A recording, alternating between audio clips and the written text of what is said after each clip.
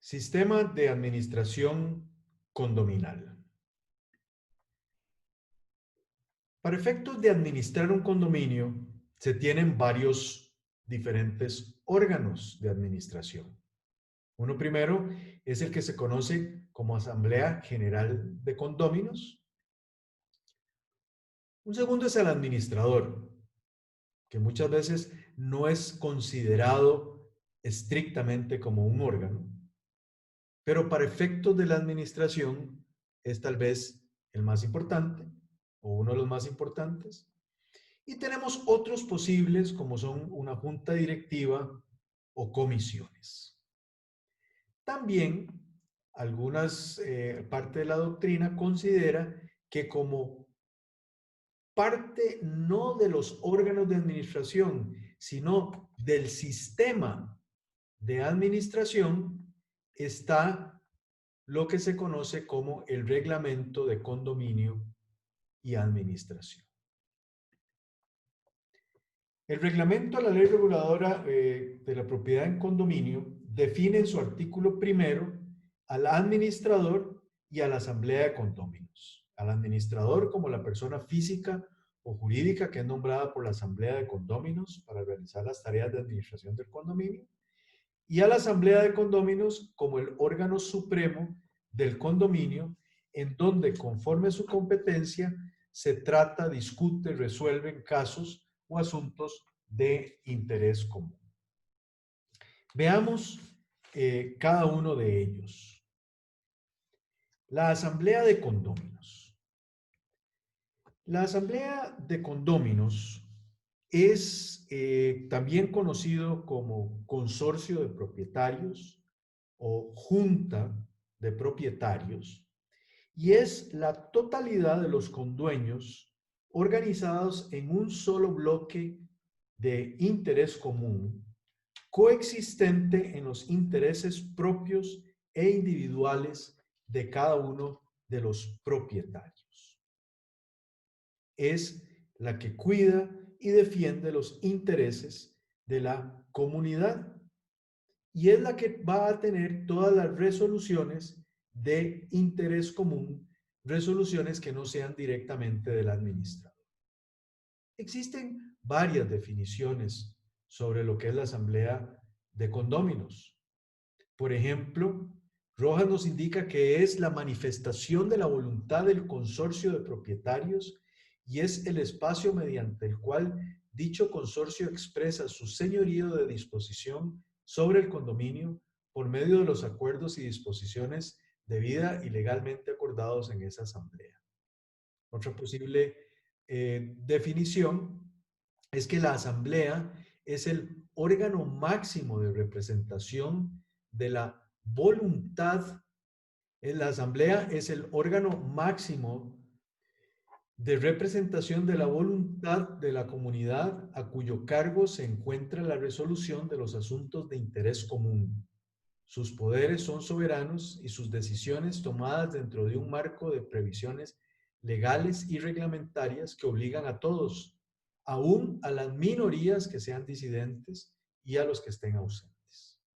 En fin, podemos seguir definiendo diferentes formas a la asamblea de condóminos, pero lo podemos establecer entonces como la totalidad de condueños organizados en un solo bloque de interés.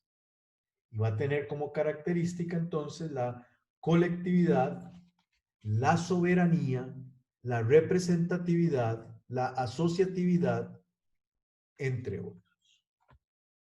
La asamblea debe realizarse como mínimo una vez al año. Aquí quisiera resaltar lo siguiente. La ley costarricense indica que debe realizarse mínimo una vez al año. Eso no significa que esta sea una asamblea ordinaria, que las demás sean extraordinarias. De hecho, no se refiere la ley a asambleas ordinarias o extraordinarias, sino una asamblea mínimo para conocer lo que ya veremos más adelante, pero pueden realizarse tantas asambleas como sean necesarias. En cuanto al quórum, para primera convocatoria se requiere de 2/3 del valor. Ya vamos a entender qué es el valor. No estamos hablando de 2/3 de los propietarios, sino de 2/3 del valor total del condominio. Y para una segunda convocatoria, cualquier número de propietarios presentes o de valor presente. El número de votos igual al porcentaje que el valor de la unidad representa en el total del condominio.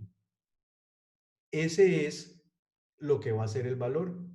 Lo veremos más adelante. Por esta razón, como la ley exige una primera convocatoria de 2/3, es conveniente cuando se redacta el reglamento establecer que la segunda convocatoria es, por dar un ejemplo, media hora después. No un día o una hora o dos, sino una media hora, máximo una hora después, para efectos de que la gente que esté presente se mantenga y se pueda llevar a cabo la asamblea. La convocatoria se realiza ya sea por el administrador, que es el que usualmente convoca, o, y aquí quiero hacer hincapié, por los propietarios que representen 1/3 del valor del condominio. Esto es también muy importante porque en algunas ocasiones podría tratarse o quererse tratar un tema que no interesa a la administración, al administrador, y entonces este no convoque. O puede ser que en algún momento el condominio se haya quedado sin administrador, asumamos que el administrador se murió o se le acabó el periodo, y bueno, 1/3 del valor del condominio podrá convocar a esa asamblea.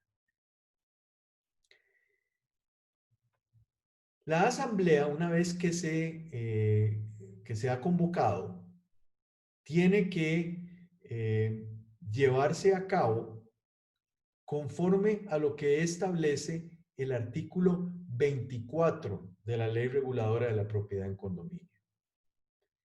Tanto para las competencias como para efectos del quórum que les acabo de indicar.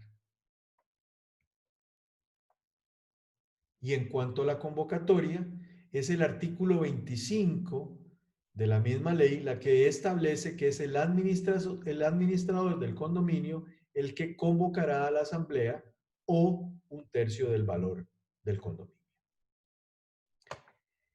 Cuando la asamblea inicia, debe siempre nombrarse un presidente y un secretario de la asamblea.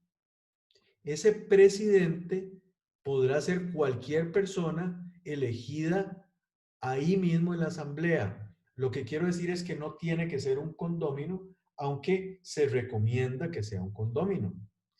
El secretario es lo mismo. Usualmente se recomienda que sea un condómino. Muchas veces, créanme, eligen al mismo administrador para que sea el secretario de la asamblea. El presidente simplemente presidirá esa asamblea y el secretario tomará nota. Sin embargo, ustedes bien saben que es usualmente la administración la que va a tomar nota para efectos de redactar el acta de la asamblea. Y se va a estudiar en la asamblea, pues todo aquello para lo cual fue convocada. O sea que tiene que tenerse una agenda. Se discute cada punto y la aprobación de los acuerdos se debe realizar de acuerdo con lo que establece también la ley reguladora de la propiedad en condominio. Se realizan por los votos de los propietarios que representan la mayoría del valor del complejo. Aquí nótese que la ley habla del edificio, lo que es un error nuevamente, porque no son solo edificios, podrían ser condominio de lotes, podría ser un condominio de fincas. Yo prefiero llamarle la mayoría del complejo. Hay algunos casos en que se requiere acuerdos unánimes. Cuando dice unánimes, para esto lo refiero al artículo 27, inciso A de la Ley Reguladora de la Propiedad en Condominio, es unanimidad de propietarios, no unanimidad de votos presentes, sino unanimidad de propietarios. Y de acuerdo con el artículo 27, inciso B, hay otros acuerdos en que se requiere 2/3 partes de los propietarios, no de los presentes, de los propietarios. Cada propietario tendrá derecho a un número de votos igual al porcentaje que el valor de su propiedad representa en el total del condominio. Entonces, explico un poco esto. El porcentaje de valor es el valor dado a cada finca filial en relación con el valor total del condominio. Entonces, la suma del porcentaje de valor de todas las fincas filiales debe sumar un 100%, o sea, la totalidad del valor del condominio. Entonces, el porcentaje de valor nace del valor que quien afecta un inmueble al régimen le asigna a cada finca filial. De ahí la importancia de ver el cuadro de fincas filiales que tienen los planos constructivos, que son los que establecen esos valores.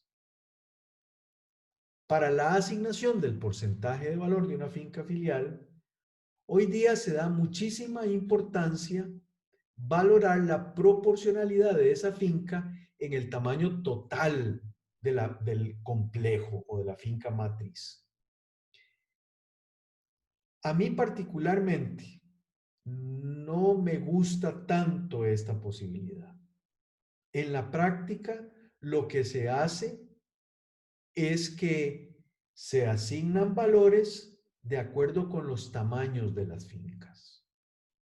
Pero podríamos estar asignando valores de acuerdo con otros parámetros, tales como, y no necesariamente solo estos, pero tales como ubicación.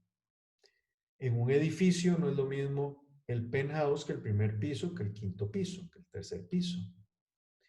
En un condominio de lotes no es lo mismo si está en un guindo que si está en una zona montañosa, que si está en una zona plana. No es lo mismo si está cerca de la casa club, si está en una zona perimetral o está a la entrada del condominio. Pero bueno, en la práctica, el porcentaje de valor suele asignarse por el desarrollador, hablemos acá realmente muchas veces por el ingeniero que hace los planos, con base en el tamaño de la finca y no con estas otras variables que les he indicado y que no están indicadas ni a favor ni en contra, no están prohibidas en la ley reguladora de la propiedad en condominio. Para efectos de convocatoria a asamblea y propiamente de las votaciones de las asambleas de condóminos, el rubro de importancia es entonces el porcentaje de valor. El porcentaje de valor asignado a cada finca filial va a ser entonces el equivalente al porcentaje de votos del propietario de esa finca filial en las asambleas de condóminos. Lo que quiere decir entonces que hay fincas filiales que tienen más votos y fincas filiales que tienen menos votos o menos valor su voto. Y eso es al final lo que se debe sumar. De ahí que tanto el secretario como, por ejemplo, un abogado que asista en la asamblea debe llevar un control de cuál es ese porcentaje que tiene la persona que está votando dependiendo de la finca filial de que se trate. Con acuerdos unánimes se requieren, unánimes, repito, unanimidad de propietarios se requiere para modificar el destino general del condominio, para variar áreas proporcionales de las fincas filiales. Esto es en relación con área total y áreas comunes. El renunciar al régimen, o sea, que una vez constituido ya no se quiera tener más el condominio. El gravar o enajenar el condominio en su totalidad. Y el de más práctica, el que más se necesita y el que lo hace más complicado, que es el variar cláusulas de la escritura constitutiva, en donde se hace variación del reglamento del condominio. En palabras simples y sencillas, para variar cualquier cosa del reglamento de condominio y administración, se requiere unanimidad de los propietarios. Esto, por supuesto, hace que se torne bastante difícil el modificar reglamentos. Así lo establece entonces el artículo 27 en su primera parte. En cuanto al acuerdo de 2/3 partes, se requiere para variar el destino especial de una finca filial. Esto quiere decir que si hay una finca filial que ya tiene un destino, como son todos los casos, y se quiere variar, se requiere de 2/3. O sea, una finca, por ejemplo, que es para áreas comerciales, se quiera cambiar para que sea área de bodega o área residencial. Se requiere de 2/3. El construir o autorizar nuevos pisos u otros. Esto quiere decir que en un edificio, si queremos hacer más pisos, se va a requerir de 2/3. En cuanto a los bienes comunes, y aquí esto es lo que más se utiliza y donde más se requiere de estas 2/3 partes, es necesario el acuerdo de 2/3 de los propietarios para adquirir nuevas áreas para bienes comunes, para variar el destino de los bienes comunes existentes. Muchas veces el administrador simplemente quiere, qué sé yo, quitar parte de un jardín de niños, de un playground y poner ahí una canchita de básquetbol. Cosas tan sencillas como esas, que pueden parecer que no se tiene problema, se requiere de 2/3 del valor del condominio. Y en general disponer de en cualquier modo de los bienes comunes. También se requiere de 2/3 de los propietarios el autorizar el arrendamiento de cosas comunes y el aprobar la reconstrucción total o parcial del condominio. Esto es muy importante, quisiera resaltarlo, porque la destrucción total o parcial del condominio puede ser una razón para la extinción del mismo. Pero si se acuerda reconstruirlo para que se mantenga, se requiere de 2/3 de los propietarios. En este sentido, podemos ver el artículo 27, inciso B, de la ley reguladora de la propiedad en condominio. En los casos que hemos mencionado, tanto de unanimidad como de 2/3, cuando un solo propietario represente al menos el 50% del valor total del condominio, se va a requerir además el 50% de los votos restantes reunidos en asamblea. O sea, vamos a ver, por supuesto que si estamos hablando de unanimidad, es unanimidad, pero si estamos hablando de los 2/3, pero un solo propietario representa el 50%, entonces se va a requerir para cualquier votación pongámoslo así, un 25% más. O sea, ya se va a requerir un 75%. Por otro lado, cualquier otro acuerdo o determinación va a ser aprobado por los votos de los propietarios que representen la mayoría del valor del edificio. Este es un punto que a mí me gusta tocar, ser un poquito más incisivo. Y es lo que establece el punto C del artículo 27 de la Ley Reguladora de la Propiedad en Condominio. Cualquier otro acuerdo o determinación será aprobado por los votos de los propietarios que representen la mayoría del valor del edificio. Por los votos de los propietarios que representen la mayoría. O sea, en tesis de principio, podríamos pensar que es la mitad más uno. Pero ojo lo que dice la norma. De los votos que representen la mayoría del valor del condominio, no de los votos presentes. Sin embargo, he de decirles que a nivel práctico, cualquier decisión de la asamblea que no requiera unanimidad o 2/3 se aprueba siempre con mayoría de los votos presentes en asamblea y no necesariamente de los votos de los propietarios que representen la mayoría del edificio o el complejo. Como mínimo, la asamblea de condóminos debe hacer lo siguiente. Por un lado, elegir al administrador. Esa elección se hace por esa mayoría simple que les indicaba y se va a elegir de acuerdo con lo que diga el reglamento.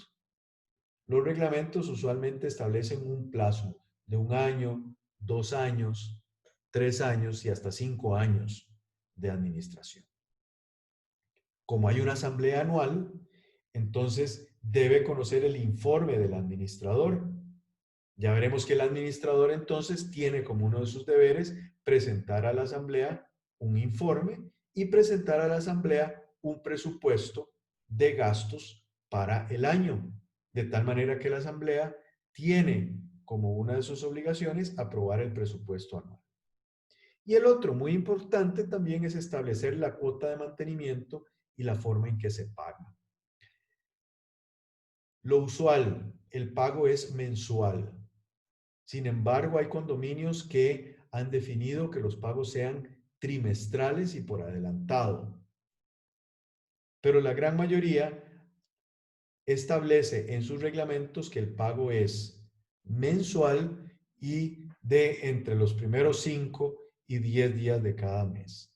Pero es tan variado como lo permita el reglamento interno de condominio y administración. El artículo 26 es el que establece los puntos que les acabo de indicar.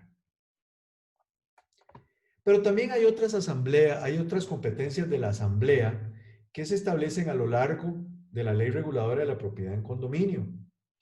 Aprobar el arrendamiento de cosas comunes, en el artículo 11, aprobar las mejoras necesarias en el artículo 14, aprobar el gasto de las mejoras realizadas en el artículo 19, aprobar sanciones e infracciones en el artículo 23, designar al administrador, como habíamos dicho en el artículo 29, modificar o revocar medidas tomadas por el administrador, artículo 31, y aprobar la extinción de la afectación del condominio al régimen especial, artículo 36. Puedo aquí agregar que realmente la asamblea va a poder aprobar todo aquello que se le someta por el administrador o por cualquier condomino, siempre y cuando esté en asamblea y pues no sean aspectos que requiera de ser decidido por el administrador. ¿Alguna jurisprudencia que me gustaría mencionarles? La Sala Primera de la Corte Suprema de Justicia, la resolución 886 de las 16:30 del 13 de noviembre del 2002, que nos establece que la Asamblea de Condóminos es la que tiene la facultad para disponer de cualquier forma el modo en que pueda aprovecharse las áreas comunes, siendo esta una decisión de la Asamblea General, en la cual concurren los propietarios de las fincas filiales. Entonces, vean que es la asamblea la que, entre otras funciones, tiene que definir cómo se aprovechan las áreas comunes. Otra resolución importante o que llama la atención es la 245 de las 16:55 del 27 de julio de 1990 de la Sala Primera de la Corte Suprema de Justicia de Costa Rica, en cuanto a la posibilidad de hipotecar la finca matriz. Y esto solo puede derivar del acuerdo de la Asamblea de Condóminos.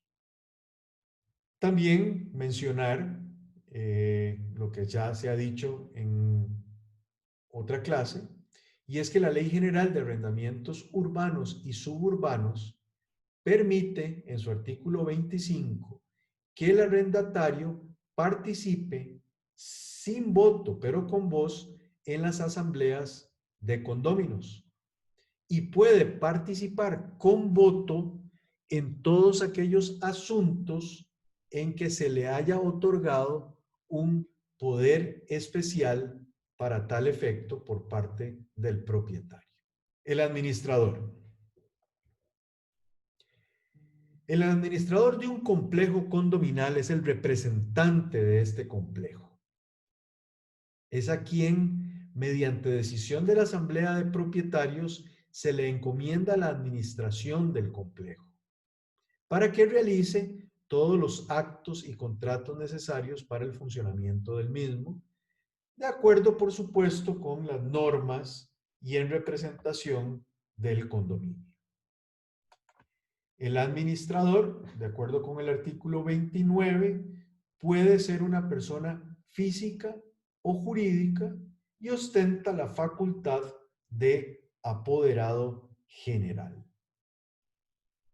Debo recalcar que podría otorgársele algunos otros poderes al administrador, pero no así a terceras personas en nombre del condominio. El administrador, entonces, puede ser una persona física o una persona jurídica. En caso de ser una persona física, puede ser un propietario, puede ser un extraño al condominio, o incluso, si así lo establece el reglamento, porque la ley sí lo autoriza, puede establecerse una junta administradora. Junta administradora que usualmente, y repito, de acuerdo con la ley y el reglamento interno de condominio, suele estar integrado por entre 3 y 5 condóminos elegidos en asamblea.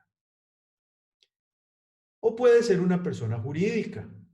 En caso de ser una persona jurídica, podemos estar hablando de una sociedad de los propietarios, o sea, que los propietarios establezcan una sociedad, llámese, por ejemplo, una sociedad de responsabilidad limitada, una sociedad anónima, y que sea esta la que administre. O puede ser una sociedad externa. Hoy día, lo más usual es contratar a una sociedad externa especializada en la administración de condominios. Y esto es lo más recomendado porque, por supuesto, esta sociedad pues tiene capacidad de administración, de manejo, de manejos contables, de manejo de personal, etcétera, que no tiene una persona física o que usualmente no tiene una persona física. Y no recomiendo que se nombre a un propietario, puesto que entonces el propietario usualmente no tendrá paz en su condominio porque lo estarán molestando como administrador. Pero en fin, puede ser un administrador, tanto un propietario como un extraño al condominio, como una junta administradora o una sociedad. Pero además de esto, es importante indicar lo siguiente. El administrador debe estar inscrito en el registro nacional. El primer administrador es escogido por la persona que somete la propiedad al régimen de condominio, por el plazo que dice ese mismo reglamento que se está aprobando, y eso queda debidamente inscrito en el registro. Y cada año, 2 años, 5 años, dependiendo de lo que diga el reglamento, este administrador es reelecto. Al ser el administrador reelecto o electo o se elige un nuevo administrador, debemos nuevamente pensar que podemos estar escogiendo un administrador único, una persona física, una persona jurídica, sociedades y asociaciones civiles, o una empresa de servicios profesionales de administración de condominios. Cuando es una persona física, como lo he dicho, condómino o no. Cuando es una persona jurídica, sociedades o asociaciones civiles. Pero debo resaltar de las empresas de servicios profesionales de administración de condominios, porque suele ser una sociedad que va a tener un gerente o va a tener una junta directiva y es esta sociedad la que va a delegar en sus propios apoderados para que sean los que tengan el poder finalmente en nombre del condominio. También el administrador inscrito podría ser un administrador colegiado y orgánico como es la junta administradora. Pero para tales efectos de junta administradora se requiere que así lo establezca el reglamento. De lo contrario, será un administrador único. Pero existe también el administrador de facto. Para estos efectos aplican las reglas de la gestión de negocios. Vean que el artículo 32 de la Ley Reguladora de la Propiedad en Condominio establece que si no existe administrador o éste no actúa, o si el administrador está incapacitado, entonces cualquiera de los propietarios puede ejecutar por sí solo los actos impostergables de conservación y administración. Resalto, actos impostergables de conservación y administración. Y tiene derecho a cobrarle a los demás propietarios, por supuesto, haciendo una demostración, el pago proporcional de los gastos y el tiempo dedicado. Importante indicar dos elementos. Uno, esa persona estaría actuando con base en las reglas de gestión de negocios. Y dos, en el hecho de que no exista administrador, implica que entonces un tercio de los condóminos debe convocar a asamblea para nombrar un administrador en propiedad, el cual es inscrito en el Registro Nacional. En cuanto a las facultades del administrador, salvo que el reglamento de condominio de administración disponga otra medida, el administrador tiene las facultades de apoderado general con respecto al condominio y a los bienes comunes. En algunos casos se les ha otorgado el poder generalísimo para que no sea un simple poder de administración, pero con la prohibición, por supuesto, de disponer de los bienes comunes o de cualquier otro bien del condominio. Aun cuando se ha hecho, lo recomendable es mantenerlo con un poder general. El Tribunal Segundo Civil, sección primera, en la resolución 465 de las 9:10 del 14 de diciembre del 2001, sobre el administrador y el poder general, indica en lo que nos interesa que es aplicable el artículo 1255 del Código Civil costarricense, en donde establece que en general comprende actos de administración y gestión. Y para esto es el tipo de poder que se le da. Entonces, cuando tiene un poder general, no cuenta con un apoderado generalísimo, como algunos lo han querido ver, sino que la asamblea podría proveer un representante suficiente al condominio con esos poderes. Pero por criterio registral no se admite aquel que no sea administrador.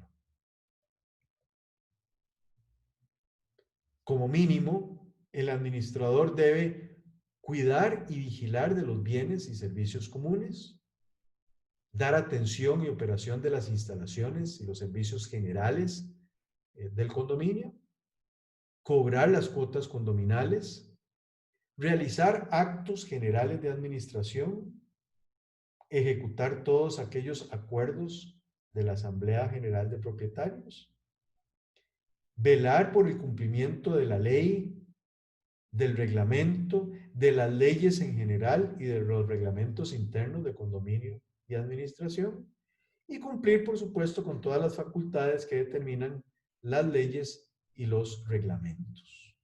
Otros posibles órganos.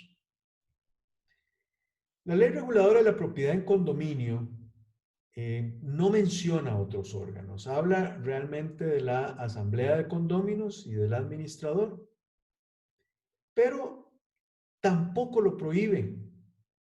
Así las cosas, mediante el reglamento de condominio y administración, se pueden establecer una serie de diferentes comités, juntas, órganos, como ustedes lo quieran llamar.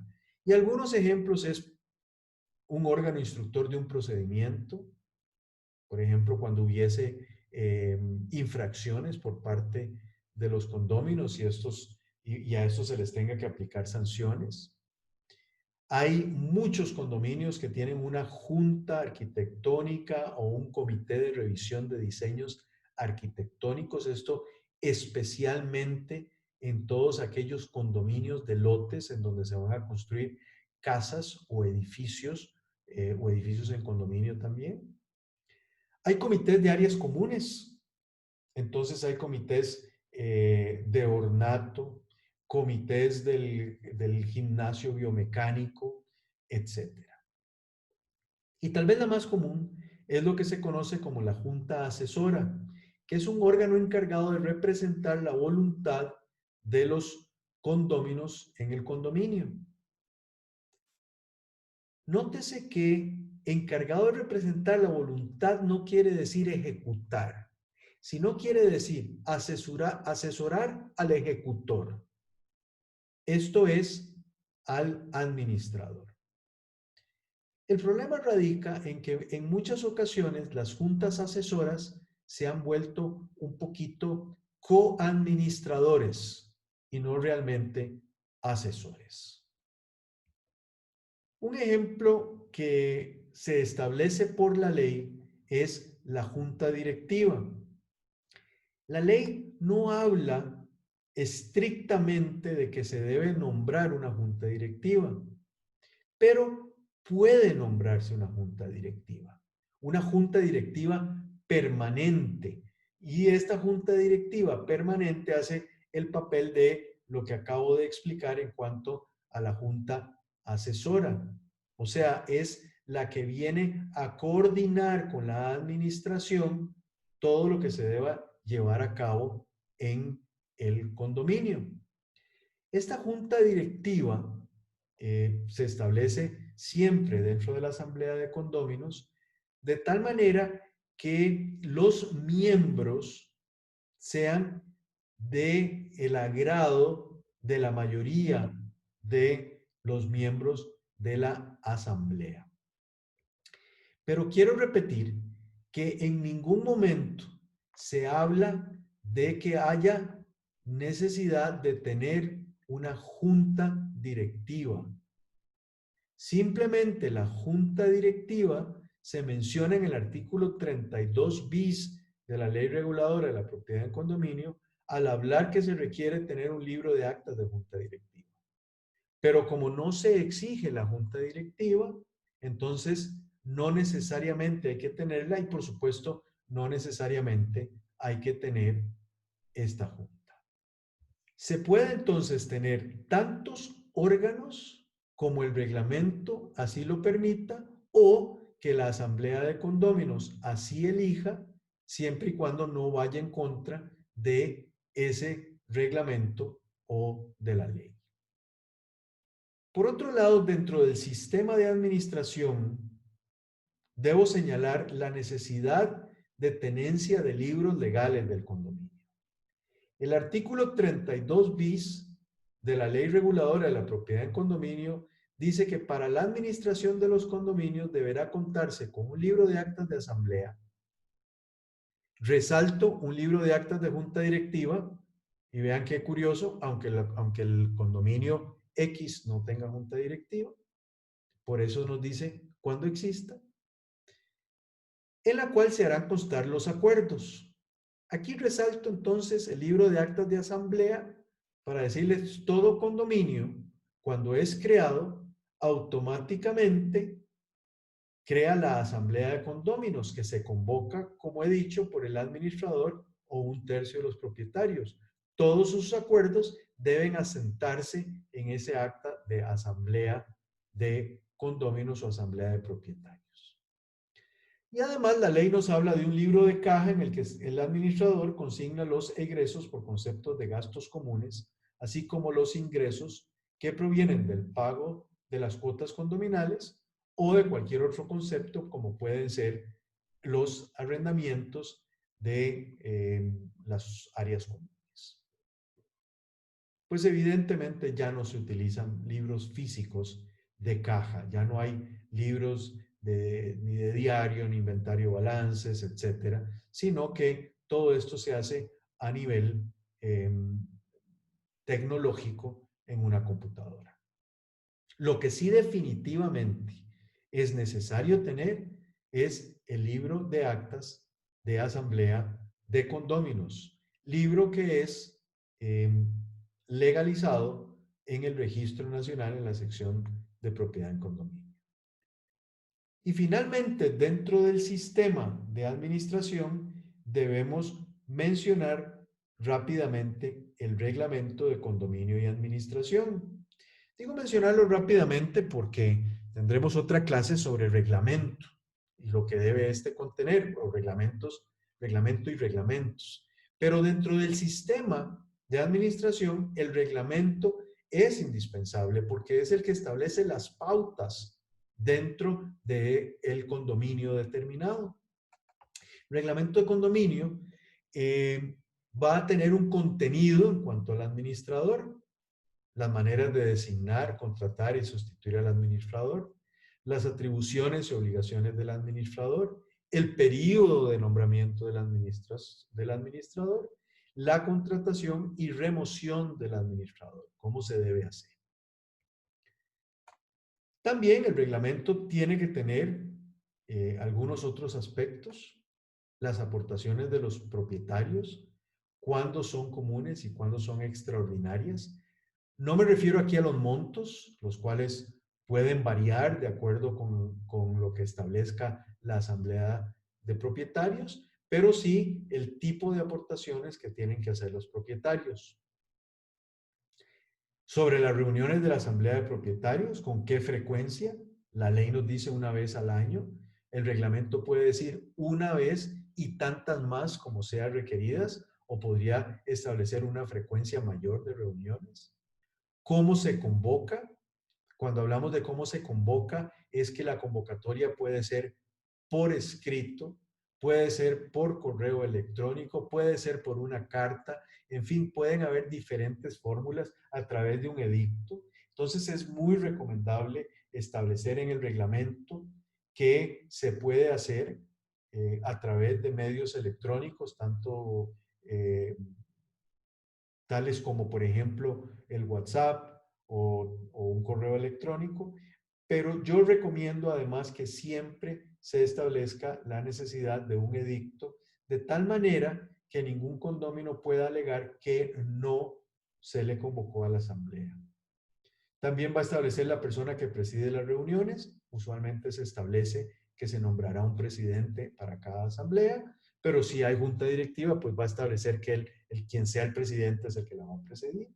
Y el procedimiento para designar ese presidente. También tratará sobre el uso de las cosas comunes, todas las limitaciones que se puedan dar, las condiciones, los derechos y obligaciones de los propietarios, dependiendo del bien común de que se trate. Va a tratar también el régimen de sanciones, cuáles son las sanciones que se pueden establecer. Importante establecer que las sanciones que deba decir el reglamento puede ser una sanción única en un monto o podría ser de montos mensuales que haya que pagar. Puede establecer mecanismos para resolución de disputas, tanto al interno, por ejemplo, con algún órgano interno, o en todo caso podría establecer resolución alterna de conflictos o no establecer nada. Reglas para afectar las filiales al régimen de condominio, de acuerdo con el artículo 33, inciso F. Esto es cuando hay fincas filiales que son a su vez matriz. la posibilidad de cambio de formas externas. Cuando hablamos de formas externas es en un edificio, cuando se pueden hacer cambios, pero también el reglamento de condominio puede establecernos cómo deben ser o cuáles son los requisitos mínimos de las formas de cada una de las unidades habitacionales cuando éstas se construyen por cada uno de los condóminos. Entonces, colores, alturas, por ejemplo.